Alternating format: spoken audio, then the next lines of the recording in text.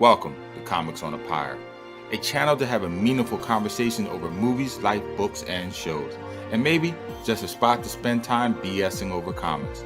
If you like your entertainment with a bit of substance, then you, my vagabond friend, have come to the right tavern. Tether your horse by the post and come right on in and warm yourself by the fire. Tap that subscribe button, and for the next few minutes, my fellow George Carlin reprobate, lend me your ear.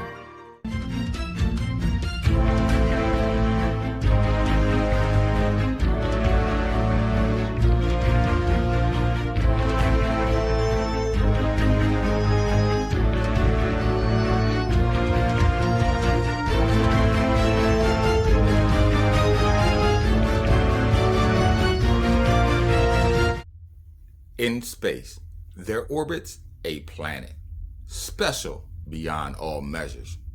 For in all the cosmos, only one other like it exists.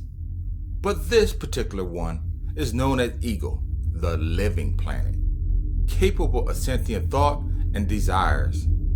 It was not always a spirit ball rock, though. Once it was a man like you or I, but because of a tragic accident, fate has managed to transfer this cognitive essence into a vassal of time immortal.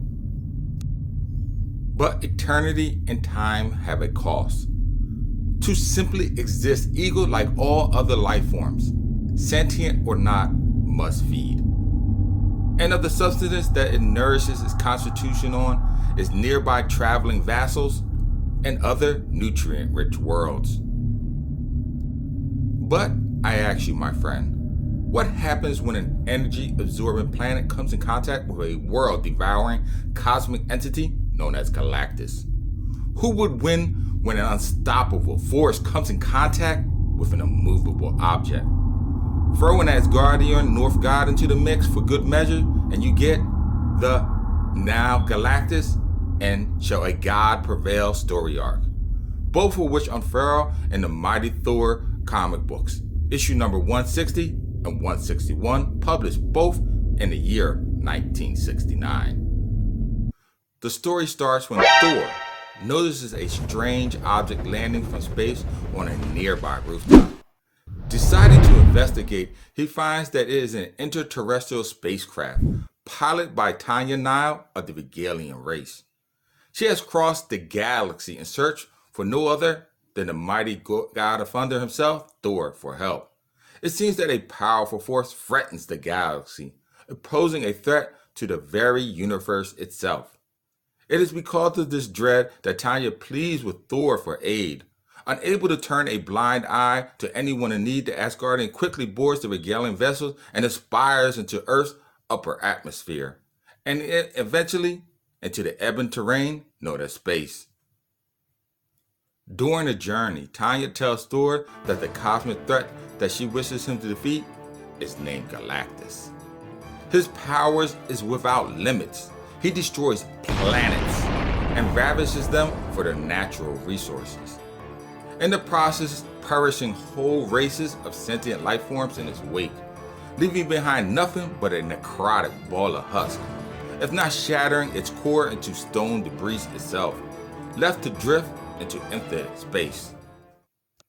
Upon hearing the name, the Asgardian acknowledges that he has heard of this being, but had believed it to be just a myth, something that the superstitious have told to their children.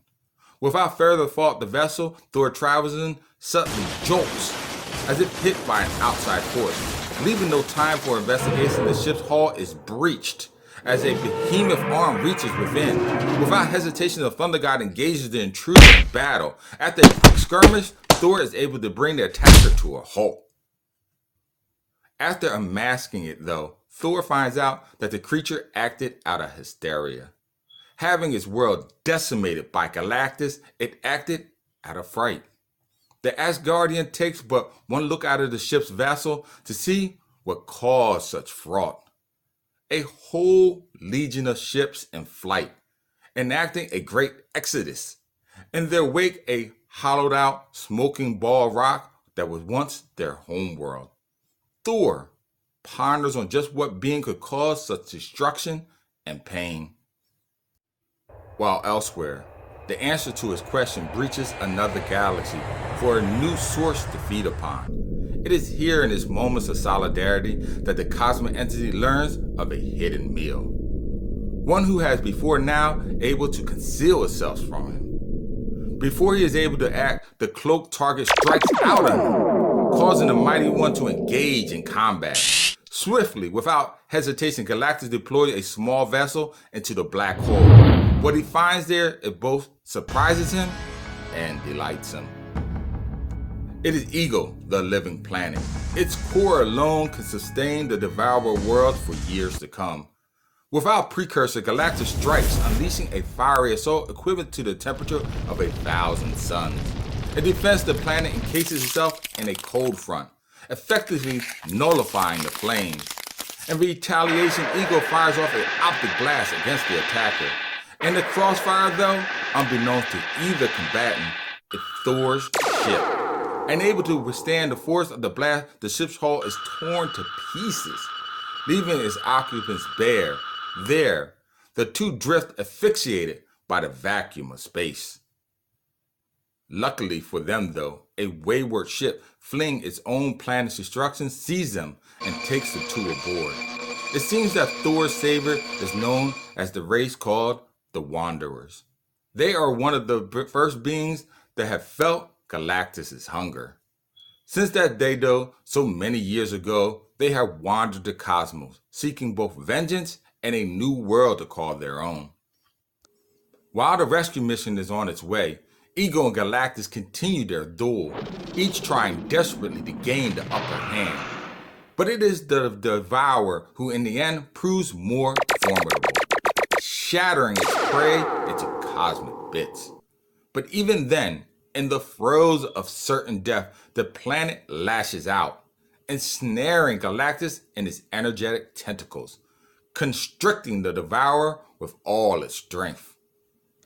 Meanwhile, not far away, after a brief stint in the revitalization tank, the Wanderer tells Thor and Tanya of their plight. And suddenly all three, Thor, the Wanderer, and Ego, unite in one desperate attempt to beat off the level of the worlds. At one point, Thor even engages Galactus in one-on-one combat, but in the heat of battle is swatted away like a horsetail may do a fly.